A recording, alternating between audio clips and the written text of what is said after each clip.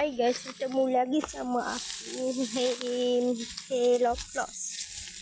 Oh ya, buat yang tanya Miko, seperti biasa Miko tidak mau pergi juga. Oh ya, apa katakan saya cuba sekali lagi ya, nanti jap Miko je lah buat konten. Okey, tapi saya tak tahu lagi nak ke tak nak. Hello Miko, apa khabar hari ini?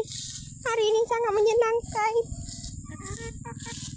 Hari ini sangatlah menyenangkan.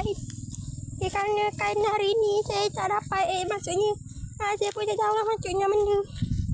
Hari ini tuan saya iaitu hanya bagi saya makan 2 kali sehari sahaja.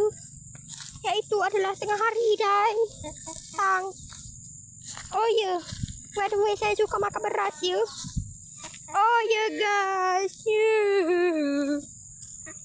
Saya akan saya pun tak tahu lah, saya akan cerita. Saya cerita dah.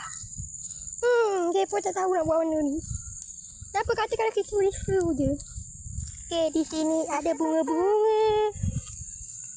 Oh, mana lagi ya? Saya pun tak tahulah. Kat situ ada kumbang yang terpang tapi tak nampak lah. Kat situ ada AOE. Saya bosan lah, tak tahu nanti kita nak buat apa. Apa kata kalau saya? Saya pun tak tahu. Apa kata kalau saya tak tahu? Oh ya. Diamlah. Oh ya.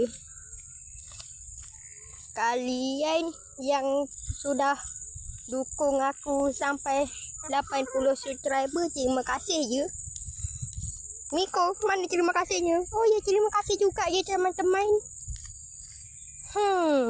Rasanya kita kena ambil lebih banyak kawan lagi. Patah balik. Rasanya kita kena cari tempat lain lah. Tempat lain kat mana? Mak aku mana bagi. Macam mana je kita nak jalan, takkan kita nak jalan kat situ lagi dah tak bagi.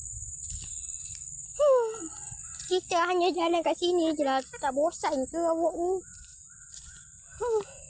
Saya pun bosan. Takkanlah kita asyik bercakap sahaja, kita ni nak buat konten. Oh ya, kalau kalian termasuk followers ataupun sudah dukung aku dengan cara like dan subscribe video aku yang kemarin, terima kasih banyak ya. Walaupun tak dapat banyak sangat, tapi kita harus tetap bersyukur. Betul tak Miko? Tengok kat sini lah kamera tu. Muka tu. Okey lah. Dadah, terima kasih. Bye bye. Nah, jom kita balik.